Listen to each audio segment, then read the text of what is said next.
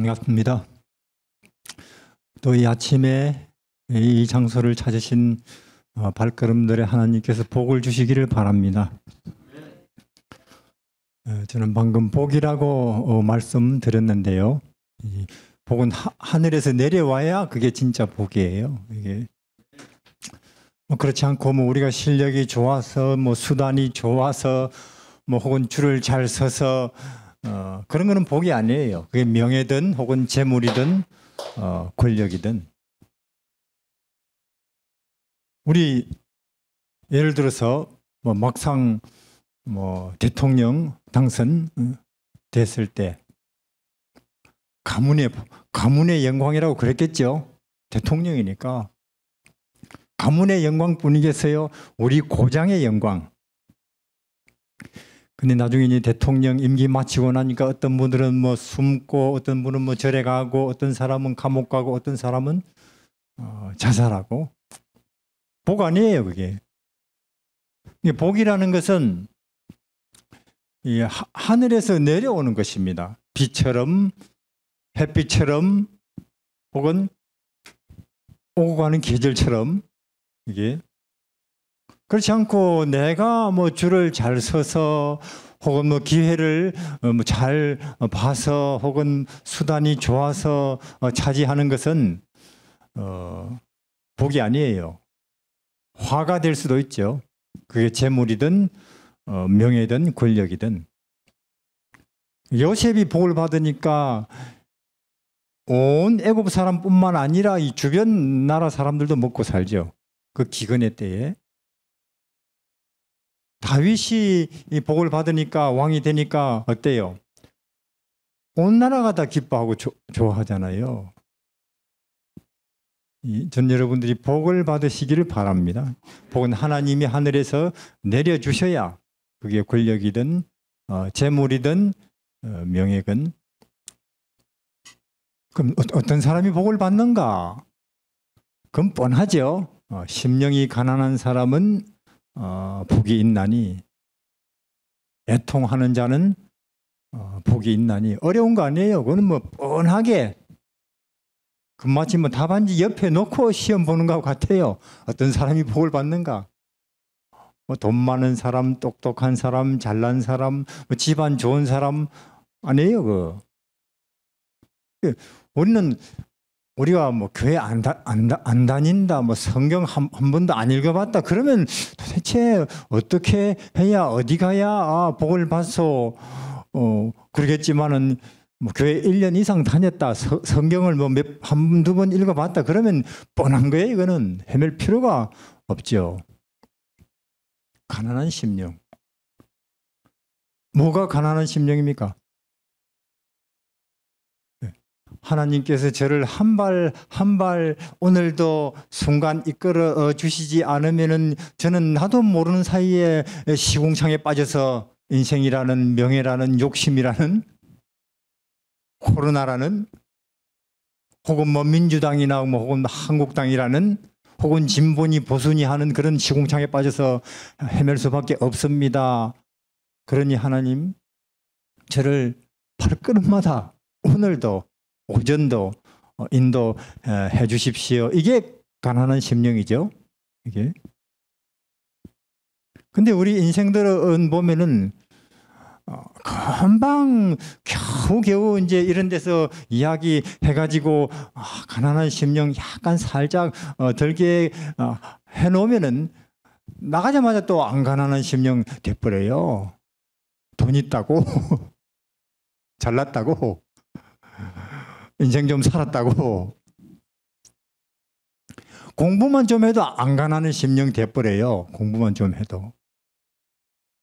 그러니까 그리고는 하나님이 복을 주시기가 어려운 딱 자리에 가 있죠.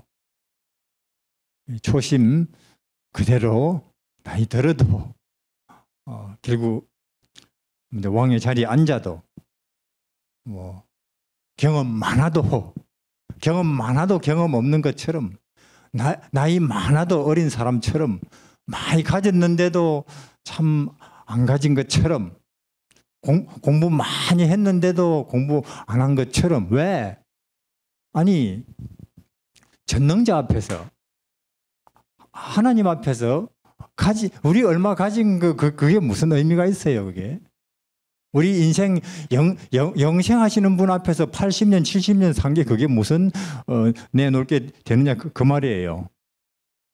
이 사람이 이제 이거 가만 보니까 가난한 심령 유지하는 것도 내가 내 힘으로 하는 거 못 되고 결국 이 전능자 앞에 결국 빈둥거려야 머물러야 왔다 갔다 해야 되는 거죠. 애통하는 자는 복이 있나니. 참 우리 이 시대에 뭐 코로나가 범람하고 온통 쓰레기가 넘쳐나고 그리그리에 이 불법과 또 이 압박이 난무하고 골목마다 하나님의 법이 깨지고 하나님의 법이 무시당하고 이게 짓밟히는 것은 하나님의 백성들의 장막 가운데도 보니까 들여다보니 그렇고 그렇지 저 사람들은 망할 사람들 그러나 우리는 하나님 택한 백성 이렇게 하면은 내통하는 심령이 아니죠. 그 참 밖에 비틀거리고 다니는 그 사람들 속에 일어나는 우리는 그런 행동으로는 그렇게 하니 내 마음 속에도 사실은 그런 것을 좋아하고 또 그런 것을 추구하는 본능이 있죠. 이런 걸 보면서 느끼면서 슬퍼하는 마음에 통하는 복이 있죠. 복을 받으시기를 바랍니다. 저는 잘난 사람은 못 돼도 복은 받는 사람 되고 싶어요. 저는 뭐 잘하는 사람, 아는 사람 이런 사람은 별로 못 돼도 이 복은 받고 싶어요. 전능하신 그분에게서 실력이 있는 사람, 아는 사람은 못 돼도 복은 받고 싶어요. 복을 받으시기를 바랍니다. 이제 말씀드린 대로 이게 이제 어둠을 비추는 빛이 이제 아침이니까 이제 세상에 해가 떠서 온 세상을 또 밝게 하겠죠. 환해질 것입니다. 이렇게 세상에는 해가 뜨고 우리 마음에는 예수님이 뜨고 그렇죠. 그래서 예수님이 우리 마음에 뜨면 우리가 어떤 마음이든지 어디에 사는 사람의 마음이든지 마음이 밝아지죠. 기쁘고 평화롭고 희망 있고 남을 존경하고 싶고 심지어 안 입고 온 사람도 이해가 되고 왜 해가 떴으니까 우리 마음에 전봇대도 보이고 나무도 보이고 심지어 벌은 작잖아요. 아주 요만한 날아다니는 그것까지도 보인다는 게 해 뜨면은 그런 것처럼 예수님이 우리 마음에 뜨면 우리가 참 노예의 삶 속에서도 내가 비록 감옥에 들어앉아 있다 할지라도 몸만 혹은 사망의 엄침한 골짜기 암을 짊어졌다 할지라도 그 마음은 밝음이겠죠. 예수님이 뜨면 세상에는 해가 뜨고 우리 마음에는 예수님이 뜹니다. 이 베들레헴에 떠요. 나사렛에 뜨고 또 갈릴리 바닷가에 뜨고 십자가에 뜨고 그런 예수 항상 내 마음에 떠 있는 마음 은혜의 천국이라 그러죠. 그런 마음으로 오늘도 하루 살라고 이런 기회를 하루 더 주시는 거 아니겠어요? 그냥 해 떠서 허구한 날 먹는 밥 먹고 허구한 날 보는 뉴스 듣고 또 이 땅의 일들 인간 아무개들 뭐 이런 거 또 이야기하라고 하나님이 우리에게 주신 하루 아닐 거예요. 저보고 사람들이 그래요. 왜 당신은 맨날 예수 이야기하여? 그러면 여러분들 하나님께 한번 항의해 보세요. 하나님 왜 맨날 똑같은 해 뜨게 해요? 네모지게 하든지 뭐 세모 혹은 2개짜리라든지 뭐 색깔 좀 다르게 왜 좀 뜨게 하시지? 맨날 똑같은 해 떠서 이 세상이 그렇게 밝듯이 우리 마음에 뜨는 해도 그냥 맨날 베들레헴이라도 베들레헴에 그 아기 예수님 축사에 누워 계신 그분 보면 나는 과분하게 만족한 마음이 든다니까요. 왜? 나는 축사에 안 누워 있으니까. 깨끗한 방에 나사렛 예수도 그렇고 아니 신이 세상에 작업복을 입고 30년을 그 나사렛 골목을 왔다 갔다 해요. 30년을 신이. 거기 가기만 하면 내 마음이 내 인생도 어느 식당 뒷자리에 설거지하면서 한 30년 살아도 충분히 기쁘고 만족할 수 있겠네. 그런 생각이 들 수 있겠어요? 예수님 나사렛 그 목수 옷을 입고 왔다 갔다 하는 기웃거리는 이 집 저 집 뭐 의자 고쳐드릴까요? 뭐 책상 부러진 거 없습니까? 물타리 수리해드릴까요? 신이 먹고 살라고 신이 30년이나. 그런 예수를 이렇게 찾아가면 내 마음이 나도 뭐 내 인생 한 번밖에 없는 인생을 어떻게 하면 좀 의미 있게 가치 있게 남부럽지 않게 살아볼까 고민이 싹 없어진다니까요. 식당 주방 뒷자리에서 아무도 안 보내서 30년 설거지해도 인간이 뭐 그렇죠. 인간인데 신도 저렇게 하는데 그런 생각이 들어요. 자유케 된다는 말이 그런 뜻이죠. 그래서 예수 오늘 내 마음에 떠서 지내는 하루 되시기를 바랍니다. 우리 요한계시록 22장에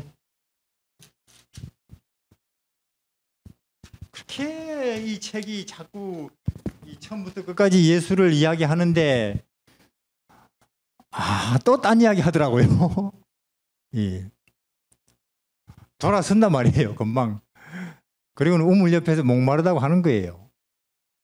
우물 옆에서. 예수님도 환장하시는 거예요. 2000년 전에. 수고하고 무거운 짐을 짓다 싶은 당장 언제든지 내게로 오라 했는데 안 가고는 여기저기서 한숨 쉬고 있는 거예요. 얼굴 별로 안 밝고 암 걸렸다고 노예로 팔렸다고 감옥에 들어갔다고 혹은 문재인 대통령이 저렇게 한다고. 그러니까 예수님 하나님이 환장하시는 거예요.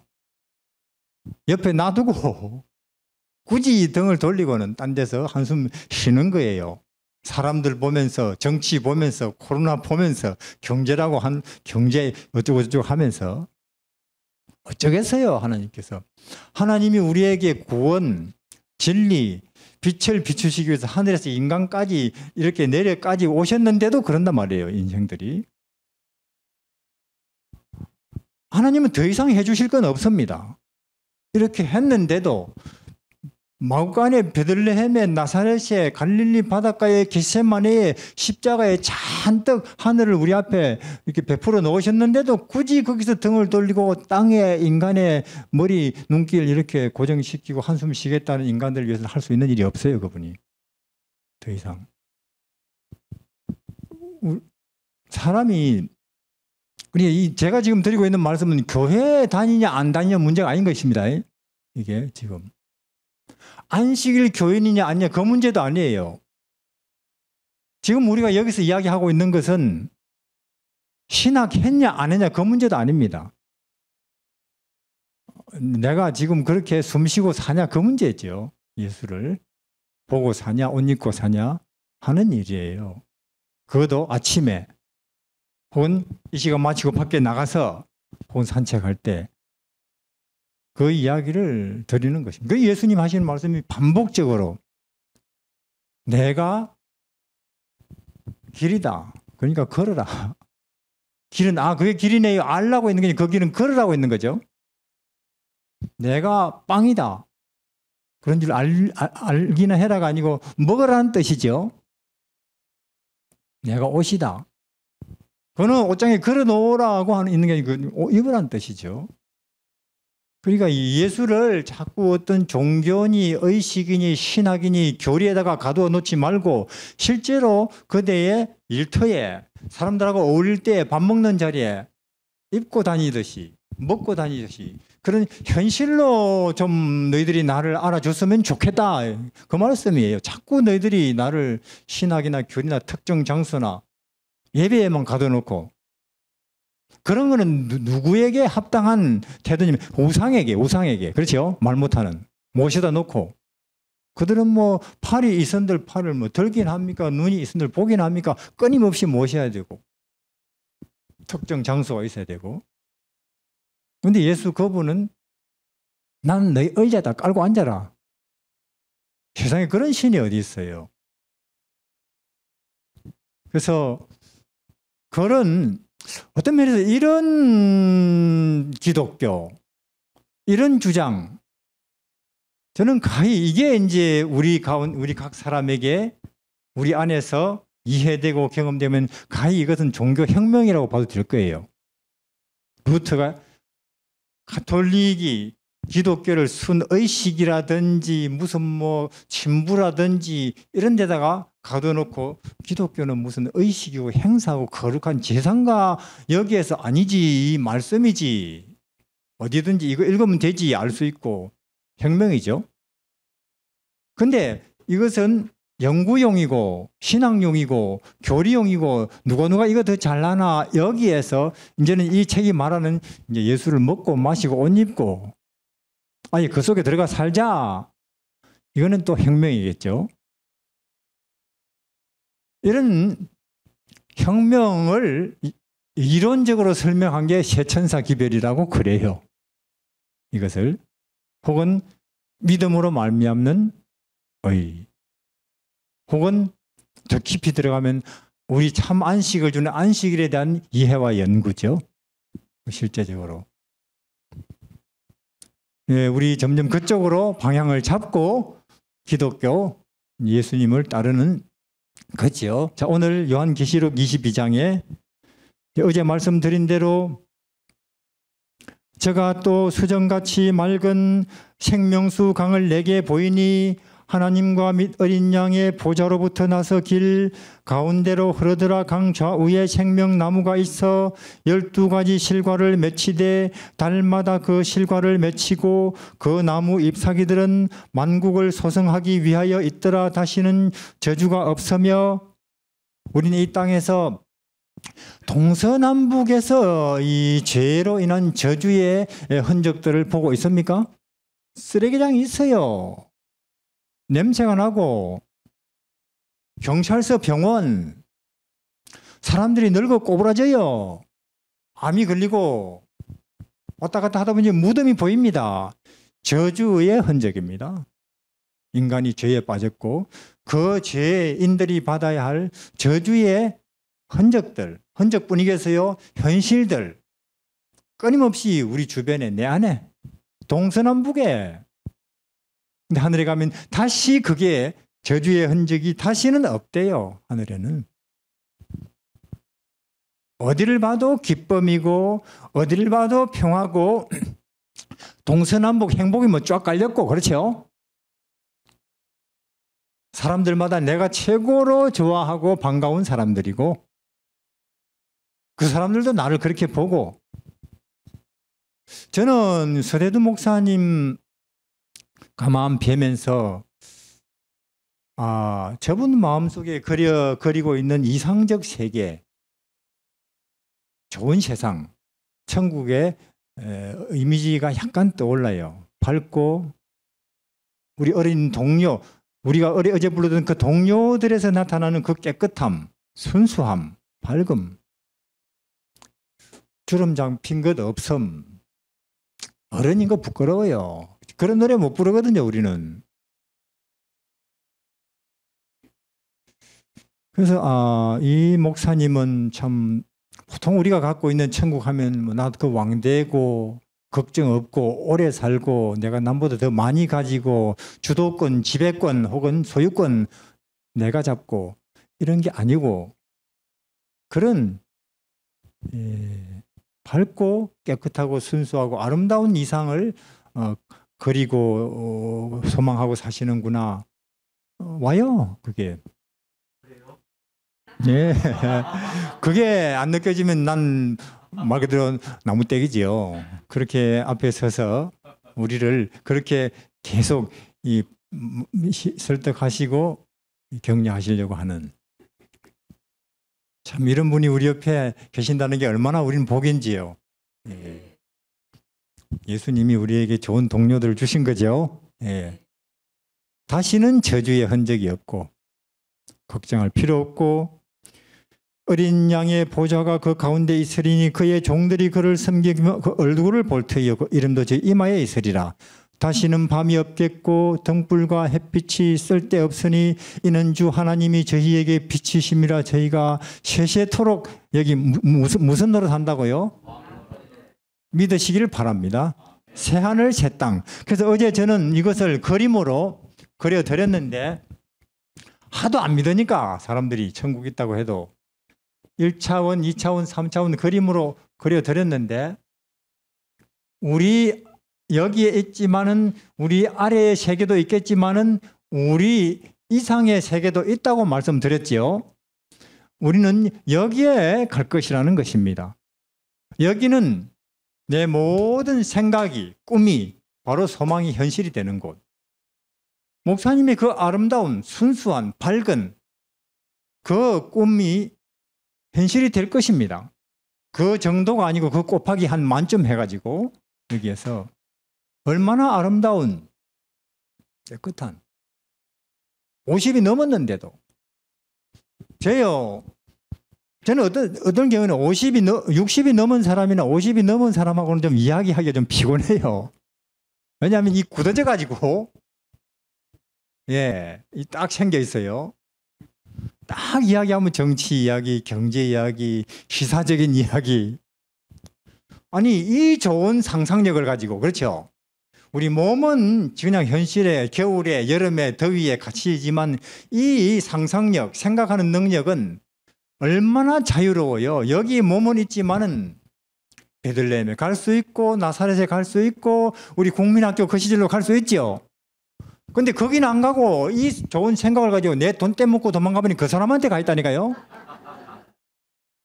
그러니 뭐 어둡고 우울하고 정치가 김정은 씨가 어쩌고 있는 거예요. 이게 그걸 어떻게 말리겠어요. 내 몸이 더운데 가 있으면서 덥다 하는 것도 어떻게 도울 수 있겠어요. 마찬가지로 이 생각이 그런 데 갔다 있는 걸. 그러니까 우리 생각으로 여기도 갈 수 있어요. 미리. 그렇죠? 미리. 그래서 땡겨서 기뻐할 수 있는 것입니다. 여기 있는 사도 바울 같은 사람 실제로 그랬어요. 땡겨서. 앞으로 2000년 후에나 올까 말까한 예수님의 재림을 내다보면서 엄청나게 기뻐하고 살아요. 매 맞으면서 굶으면서 짓밟히면서 목 잘려 죽으면서. 우린 여기에 갈 것이고 여기에 갈 것입니다. 믿으시기를 바랍니다. 천국은 있습니다. 확실히. 이걸 소망이라고 그래요. 희망이 있는 사람은 살지요. 감옥에 갖다 놔도 노예로 팔아버려도 암을 짊어져도 설사 지금 내가 용광로 속에 들어가 가지고 내 청춘에 내 생명이 이슬처럼 사라진다 해도 다니엘의 새 친구들은 미련 없어요. 왜? 여기 갈 거니까. 여기서 새하늘 새 땅에서 새 몸으로 더 좋은 데서 나는 부활한다. 믿으니까. 이런 사람들을 세상이 감당을 못한대요. 겁을 줄 수가 없어요. 이런 사람들을. 두려워 떨게 할 수가 없다니까요. 그게 예수 구원입니다. 우리는 여기에 갈 것입니다. 자, 그러면 여러분들이 아시는 사람 중에 여기 가본 사람 있습니까? 여기 가본 사람 한 사람 소개해드리고 마치겠습니다. 여기 하늘에 가본 사람, 여기에 고린도후서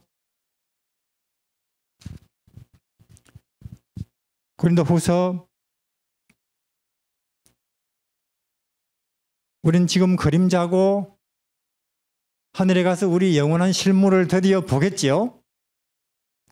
거기 가본 사람 11장 24절에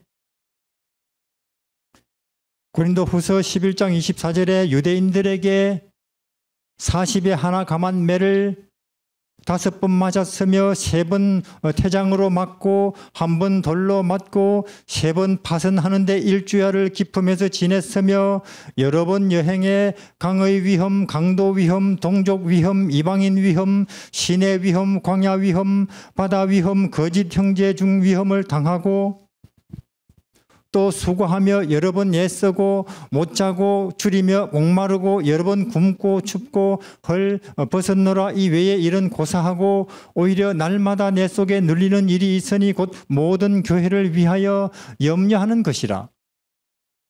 자, 이분 엄청나게 고생하죠. 누굽니까? 바울 선생님. 자, 40에 하나 빼면 몇 대 맞는 거예요? 39대. 그것도 뭐 종아리 걷어 하고 이렇게 때리는 거 아니고 엎어놓고 몽둥이로 힘을 다해서 양손으로 펴는 거예요. 그렇게 맞으면은 들어는 죽습니다. 그뿐입니까? 굶고 춥고 헐벗고 신자들한테 쫓기고 불신자들한테 밟히고 바다, 산 그런 육체적인 고통은 오히려 가볍고 여기 늘 그 당시에 로마의 박해와 핍박 가운데 곳곳에 있는 교회들이 걱정돼서 그들을 위해서 기도하느라고 잠 못 이루고 자, 이 정도는 돼야 고생했다는 소리 들을 만하죠. 물론 저도 중국에서 혹은 중동에서 이란에서 많이 도망 다녔어요. 이제는 빠져나갈 구멍이 없네. 그런 순간들이 몇 번 있었죠. 끝났나? 그래서 사람들이 저보고 아이고 참 고생 많이 하시네요 하면 사실 저는 도망가고 싶어요. 이 정도는 돼야 고생했다는 소리 들으면 이 정도는 돼야. 자, 그러면은 이 사도 바울이 왜 이 고생을 합니까? 사실요, 이 바울 선생님 이분은 요새 한국으로 치면 2000년 전에 서울대학 나온 사람이에요. 청년 때의 국회의원입니다. 다시 말해서 출세와 성공의 길이 고속도로처럼 앞에 열려 있었단 말이에요. 청년 때에. 근데 그걸 다 던져버리고 왜 이 고생을 하느냐? 그 답은 12장에 나오죠. 12장에 무익하나마 내가 부득불 자랑하노니 주의 환상과 계시를 말하리라. 내가 그리스도 안에 있는 한 사람을 아노니 14년 전에 그가 셋째 하늘에 이끌려 간 자라. 몇째 하늘에 갔다고요? 하늘도 첫째, 둘째, 셋째 그런가 봐요. 첫째 하늘은 뭡니까? 자, 첫째 하늘은 이 지구가 이렇게 있으면은 이 지구를 둘러싸고 있는 새파란 그 대기권 한 1000km 되지요. 여러 가지 기상 현상이 여기서 일어나요. 그럼 둘째 하늘은 우리가 밤에 이렇게 하늘을 올려다보면은 이 끝없는 별들과 은하수가 흩어져 있는 우주 하늘. 제가 학교에서 배우니까 200억 광년 된다네요. 200억 광년. 적게 잡아도 우주의 지름이 광속으로 200억 년. 지구는요, 광속으로 반지름을 0.3초도 안 돼요. 아니, 0.01초 정도밖에 안 돼요. 200억 광년은 뭐냐? 광속으로 빛이 200억 년 가는 거리래요. 그러니까 우리가 말이 쉬워서 예수님이지 그렇게 이렇게 그분이 어마어마하신 분이에요. 창조하시고 다스리시는 영역이 이 끝없는 은하수 우주 하늘도 지나고 나면은 드디어 생명강이 흐르고 하나님의 보좌가 있는 이 셋째 하늘이 나오는데 이 하늘을 누가 가봤다고요? 바울이. 근데 바울이 이 말투가 그렇지 않아요. 네, 그런 사람 알아요. 그러죠? 사실은 자기인데. 그럼 왜 그러냐? 이 바울이라는 사람은 참말로 자기 자랑하기 싫은 사람이에요. 한 번은 이 바울 선생님이 이 배를 타고 로마로 가고 있었죠. 깨졌어요, 풍랑에. 겨우겨우 섬에 올라갔는데 그 섬에서 독사가 물었습니다. 곧 죽죠? 아무 일 없어요. 저 같으면 이런 일이 있으면 교회마다 다니면서 간증해요. 근데 이 바울 선생님 뭐니까 고린도 전후 로마 갈라디아 빌립보 입도 뻥끗 안 해요. 이런 거는 입을 열면 찬송과 영광과 존귀가 하나님과 어린 양에게 있기를 바랍니다. 그분의 아들에게, 예수 그리스도에게. 나같이 나쁜 놈, 옛날에는 내가 교회에 불이나 지르고 교인들 잡아 죽이고 감옥에 가두기도 하는 나 같은 나쁜 놈을 그래도 또 하나님 백성으로 맞이해 주시고 이같이 하나님 백성으로 뿐만 아니라 이 사도로 일하게 해주신 그분들에게 영광과 존귀와 찬송이 영원히 있어야 됩니다. 그렇게 시작, 그렇게 진행, 그렇게 끝나요. 자기 이야기 안 한다니까요. 참말로 우리하고 틀리죠. 왜 그러냐? 저는 요즘 유튜브 저도 가끔 보는데 별거 아닌 가지고 자랑하는 사람 얼마나 많은지, 기독교인들이. 또 사람들은 그런가 하고 보고 있고, 그거는 예수님이나 바울의 경험에 비하면 세발의 피 아니에요, 세발의 피. 그러니까 그러면 이 바울이 어째서 우리하고 이렇게 틀리냐? 바울은 예수님을 알아요. 제대로. 그것도. 우리는 전혀 모른다고는 할 수 없지만은 약간, 그래서 세상이 대단하고 나도 상당하고 틀리죠. 그래서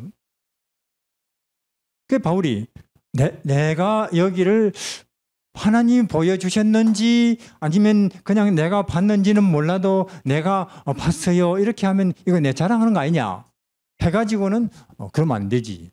네, 그런 사람 압니다. 그렇게 말을 하는데 사실은 자기예요, 바울이. 그럼 여기서 뭘 봤느냐? 4절에 그가 낙원으로 이끌려 가서 말할 수 없는 말을 들었으니 사람이 가히 이르지 못할 말이로다. 인간의 언어로는 도저히 설명, 묘사가 불가능한 것들을 봤다 그 말이에요. 여기 가서. 뭘 봤길래? 저는요, 제가 중국에서 18년 살면서 듣고 본 거 얼마든지 이야기합니다. 기차를 타고 10시간을 가도 옥수수 밭이더라. 만주 벌판에 가면 그래요. 또 미국 갔다 온 사람들은 미국 이야기 부지런히 합니다. 미국 희한해요. 그래요. 왜요? 거기는 거지들도 영어를 잘해요. 그래요. 거지. 우린 여기서 그거 한번 잘해보려고 돈 쓰고 시간 쓰고 난리인데 그래도 못하는데. 영어가 그런 거예요, 사실은. 근데 이 바울이 여기서 듣고 본 것을 여기 내려와가지고 말은 하고 싶은데 이 설명할 개념이나 언어 자체가 없어요. 언어 자체가.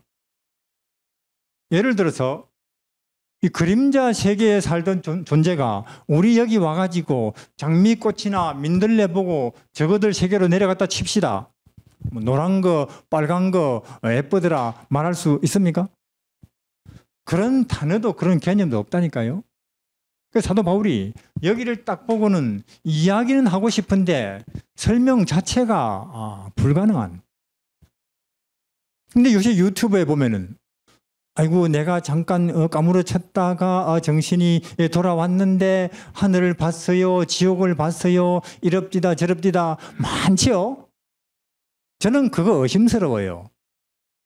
또 사람들은 그거 많이 보려고 그래요. 간증도 하고. 그럼 더 많이 모이고 사람들이. 그거 들으려고. 그걸 이렇더라 저렇더라 설명하는 그 자체가 엉뚱을 보고는 한 소리일 거예요. 엉뚱한 걸. 모르니까. 그래서 이 바울이 여기를 딱 보고 나니까는 이 아래 세상의 일들이 아무 재미가 없어져 버렸어요. 바울 선생님 자기 표현을 빌리면 배설물 같다. 빌립보서에 그리 되죠. 뒤도 돌아보기 싫어요. 고양이도 그거 볼일 보고는 뒷발로 덮어버리더라고요. 안 보려고. 그러니까 바울이 여기를 딱 보고 나니까 이 땅의 일들이 아무 재미가. 그러니까 내가 여기를 가게 된다면 여기서 무슨 고생을, 무슨 무시와 모욕을 내가 사양하겠나 하고는 그 고생을 하는 거예요. 내가 여기를 간다면은. 저는 우리 안식일 교회 청년들이 가끔 이런 소리 하는 거 듣습니다. 아니, 괜히 안식일 교인 돼가지고 이 손해 많다고. 돼지고기도 못 먹고. 딴 교회 다니면 맥주 한 잔씩 하는데 안식일 지키느라고 직장도 변변한 거 못 잡고. 왜 그런 소리 하느냐? 여기를 못 봐서 그래요. 여기를 한 번이라도 살짝이라도 본다면 절대로 그런 소리 안 할걸요? 절대로. 저도요 30년 전에 살짝 봤다니까 여기를. 그래서 지금 천지도 모르고 내 집도 한 칸 없이 소위 말해서 선교 사랍시고 천지를 돌아다니고 있습니다. 여기를. 그러니까 내가 혹은 내 아들 딸이 자꾸 이 낮은 땅의 일 때문에 휘청휘청한다. 기도하시길 바랍니다.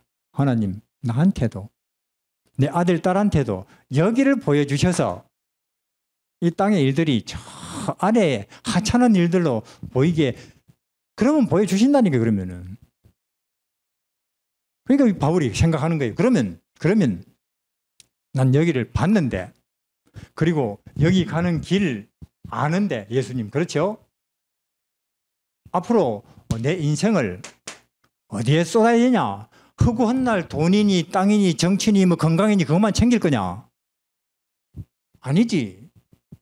나는 여기 가는 길이신 이 예수님을 알리는 일에 내 인생을 쏟아야지 하고 이 고생을 하는 거예요. 이게 바울이.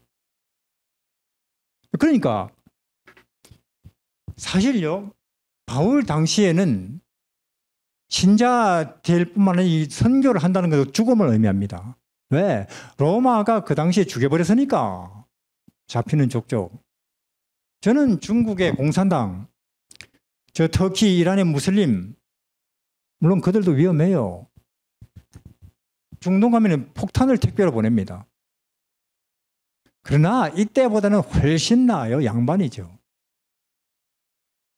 그러면 만약에 그 당시에 사도 바울이 아이고 지금은 시절이 위험하니까 그냥 내 속으로 믿다가 마음속으로 표도 안 내고 예수님 오시면은 하늘에 가자. 그렇게 살았다면은 우리 같은 사람에게 복음이 왔을까요?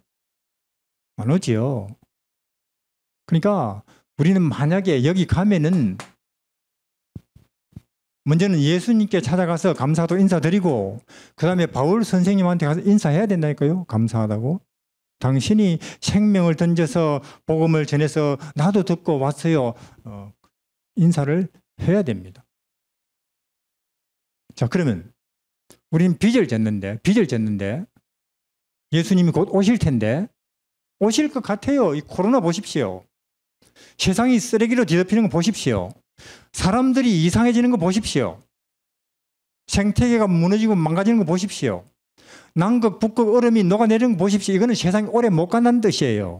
곧 오실 텐데 가겠죠? 뭘 좀 해야 안 되겠습니까? 이 땅에 살 날이 얼마 안 남았는데 뭔가를. 우리도 빚을 졌는데 바울 선생님에게. 저는 양화진에 가봐요. 양화진에. 우리 여기서 선교사 훈련시킬 때에 우리는 반드시 양화진에 데려갑니다. 양화진에. 거기 100년 전에 120년 전에 우리가 아직도 상투 쓰고 집신에 신고 다닐 때에 저 먼 데서 한 달, 두 달씩 배 타고 와가지고 선교사들이 자기 아들, 딸들을 묻어가면서 이 땅에 복음을 전했던 그 선교사들 무덤이 500개쯤 있어요. 그들이 이 땅에 와서 피를 쏟았기 때문에 우리 한국에 이렇게 교회가 많은 것이지 우리가 열심히 해서 그렇게 된 거 아닙니다. 그들이. 우린 빚을 졌다 그 말이에요. 우린 또 뭘 할 거냐? 저 선교사들은 그래요. 우리도 그들처럼 우리 뼈를 어딘가 가서 묻어야 될 거 아니냐? 그런 이야기를 하지요. 우리도. 빚을 졌기 때문에 얼마 남지 않은 인생이지만은 이 세상 얼마 남지 않은 역사이지만은 우리가 여기 가면은 뭔가 그 하늘 주민들에게 할 말이 있어야 될 거 아니에요? 예. 안식일이나 일요일마다 꼬박꼬박 교회 가고 11조 꼬박꼬박 내고 성경 읽었으면 그거는 할 말이 아니에요. 왜? 아침이면 아침 먹고 점심이면 저녁 먹고 밤이면 잤습니다. 그게 할 말이 아니듯이. 그 이야기거리입니까? 당연한 거지 그게. 안식일에 교회 가고 11조 내고 성경 읽는 거는 당연한 거고. 그게 할 말은 있어야 되는데 저는 이런 이야기 들었습니다. 우리가 여기를 가게 되면은 이제 예수님이 얼마나 그분의 나라가 어마어마하고 그분이 얼마나 높은 분인지 똑똑히 보겠죠. 그걸 똑똑히 보면서 최고로 후회스러울 일이 뭐냐 하면은 아니 내가 예수님이 저렇게 높고 위대하고 영광스러운 분인 줄 알았다면은 왜 내가 이 땅에 잠시 사는 동안 저분을 위해서 내가 뭔가 희생을 안 했지? 그게 제일 후회스러울 일이래요. 왜? 그리고 하늘에 가면은 이제 더 이상 그분을 위해서 해드릴 게 없어요. 선과 악의 싸움은 끝나버렸으니까. 아직도 예수님이 오시지 않은 데 대해서 감사하시기를 바랍니다. 왜? 내가 준비가 덜 돼서가 아니고 뭔가 아직도 이 땅에서 그분을 위해서 내 몸 혹은 내 재산, 내 시간, 내 재능 이거 가지고 뭔가 희생을, 헌신을 할 기회가 있다는 것 때문에 여기를 갈 건데요. 끝으로 여기 가서 뭘 할 거냐? 뭘 할 거냐? 베드로 전서 2장 9절에 뭘 할 것인가? 하늘에 가서 베드로전서 2장 9절 오직 너희는 택하신 족속 왕같은 제사장 거룩한 나라 그의 소유된 백성이니 이는 너희를 어두운 데서 불러내어 그의 기이한 빛에 들어가게 하신 자의 아름다운 덕을 선전하게 하려 하심이라. 자, 우리가 여기를 가면 뭘 하느냐? 왕 같은 제사장, 하나님 족속. 아니, 이렇게 이 땅에서 하루살이 같은 이 땅에 붙어 있는 우리 인생이 감히 여기 가면은 하나님 족속이 된다니. 왜 우리 인간이 하나님 족속이 되느냐? 이 삼위 하나님 중에 한 분이 영원히 우리 인간 족속이 돼버렸어요. 예수님이. 왜? 요한계시록에 읽어보면은 예수님이 부활하셨어도 요한이 보니까 인자 같은 이라 그리 돼 있어요. 뭔 말이냐? 우리 같은 족속. 그러니까 삼위 하나님 중에 한 분이 영원히 우리 족속이 돼버렸으니까 우리가 졸지에 하늘에 가면 하나님 족속으로 격상되니까요. 우리 지위가 차원적으로 이거는 더 나은 인간이 아니고 하나님 족속으로 이것이 예를 들어서 중국 가면 56개 민족이 있습니다. 많죠? 한족이 제일 많고 이 조선족은 한 16등쯤 돼. 16등 그 중에 하나. 그러면 만약에 중국에 이런 9시 뉴스 보도가 나온다 칩시다. 우리가 유전자를 가지고 흔적을 가지고 면밀하게 조사를 해보니까 공자님이 뿌리가 조선족이네요. 그렇게 나와요. 또 그 다음날 9시 뉴스에 맹자도 조선족입니다. 그렇게 나와요. 또 셋째 날 연속으로 모택동, 정소평, 강택민, 호진타오, 시진핑 다 조선족이네. 그렇게 나와요. 그러면 중국에서 조선족들이 대접을 받겠습니까? 받고 말고요. 마찬가지. 우리는 참말로 이 우주에서 가장 쓰레기 같은 족속인데 왜? 욕심, 자존심, 이기심 우리밖에 없다니까요. 그런 족속인데 왜 우리가 갑자기 하늘에 가면 하나님 족속이 되느냐? 삼위 하나님 중에 한 분이 영원히 우리 족속이 되어버렸어요. 졸지에 하나님 족속으로. 자, 그래서 우리가 하늘에 가면 별들을 방문하겠죠? 하면 그 별의 주민들이 우리 보고 이렇게 인사를 해요. 하나님 족속이 우리 별을 찾아주셔서 영광입니다. 이렇게 우리 보고 인사를 할 거예요. 그리고는 이제 자기네 별 좀 소개하겠죠? 우리 별은 특별해요. 왜요? 우리 별에는 이렇게 어마어마하신 예수님이 우리 별에 무려 우리와 같이 30분이나 머물다 갔습니다. 그걸 자랑해요. 그럴지도 모르죠. 우리 보고 묻겠죠. 어디서 왔어요? 지구에서 왔습니다. 지구요? 거기도 예수님이 가셨던가에 오셨죠. 얼마나요? 33년 반. 깜짝 놀랄 것입니다. 33년 반. 그래, 그럼 어떻게 대접을 해드렸습니까?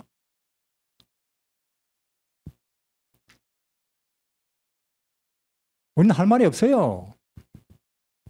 우리는 온 줄도 몰랐고 33년 반 내내 무시하고 모욕하고 짓밟다가 나중에 십자가에 못을 박아 죽여버렸습니다. 아니 이런 우리 인간들이 뭘 이 세상에서 명예를 혹은 자존심을 이야기해요. 내 인생 억울해요. 이런 이야기를 어떻게 이런 생각을 여기다 담아요. 이걸 이런 예수 앞에 그래 놓고 그분을 우리는 온 줄도 몰랐고 죽여버렸습니다. 그렇게 캄캄하게 무엇이 가치고 무엇이 진리고 무엇이 행복인지도 모르고 사는 우리에게 그분이 사람으로 오셔서 우리 대신 멸시, 모욕, 무시, 매맞고 결국은 십자가에 우리 대신 죽어서 나 같은 인간이 여기 왔습니다. 그런 이야기 하려고 우리를 부르신 거예요. 하나님께서. 그분의 아름다운 덕을 선전. 물론 이 땅에서 이렇게 모셔놓고 예수 믿으세요. 예수님 바라보세요 하는 것도 그분의 아름다운 덕을 선전하는 것이지만은 본격적으로는 여기 가서 하늘 끝없는 새하늘 새 땅에 더 높은 세계의 주민들한테 그런 이야기 해주려고 우리가. 그래서 하늘의 주민들은 우리 이야기를 들으면서 하나님의 사랑에 대한 새로운 개념을 얻게 되죠. 제가 어제에서 오늘 드린 말씀은 그렇습니다. 우리는 여기에 갈 것입니다. 물론 제가 앞에서 보니 지금 이 모습도 뭐 괜찮지만은 저는 여기에 가서 이런 모습이 아니고 영원한 모습, 영광스러운 모습으로 대면하고 그 자리에서 하나님을 다시 찬송하게 되기를 바랍니다. 감사합니다. 기도하겠습니다. 하늘에 계신 우리 하나님, 땅에 나서 인간들 속에 살다 보니 알아봤자 땅이고 아는 것이라고 해야 다 인간들의 것이었습니다. 그런 우리를 불쌍히 보시고 하늘이 이 땅에 내려오시고 우리 인간들이 얼마든지 알아보고 또 우리 다가갈 수 있는 모습으로 이 땅에 오셔서 33년 반 동안 하늘을 드러내시고 보여주시고 낱낱이 나타내시고 하신 그 세월들, 그 희생 감사합니다. 우리 하나님, 그러나 보시는 대로 우리는 예수 그리스도 하늘의 진리, 영광, 구원을 영접한, 맞이한 후에도 우리는 대부분은 이 땅에 다시 또 보이고 들리는 인생들의 일에 휘청거리고 있습니다. 이러한 우리의 연약함과 우리 환경의 악함을 불쌍히 보시고 성령 하나님 우리 각 사람 마음에 임하셔서 인생보다 높은 곳을 보게 하여 주시고 예수 그리스도를 주목하게 하여 주시고 점점 더 그분에게 가깝게 하여 주시고 그 안으로 들어가서 이 땅에 있는 동안도 마음에는 은혜의 천국이 되고 또 예수님이 다시 오시는 그날에 더 영광스러운 꿈 같은 구원에 참여하게 하여 주십시오. 그런 소망을 마음에 소유함으로써 바울처럼 혹은 요셉이나 기타 우리 선배들처럼 이 땅의 희노애락 동서남북의 일들을 넉넉히 이기고 사는 거듭난 사람들이 되게 하여 주십시오. 예수님 이름으로 기도드립니다. 아멘.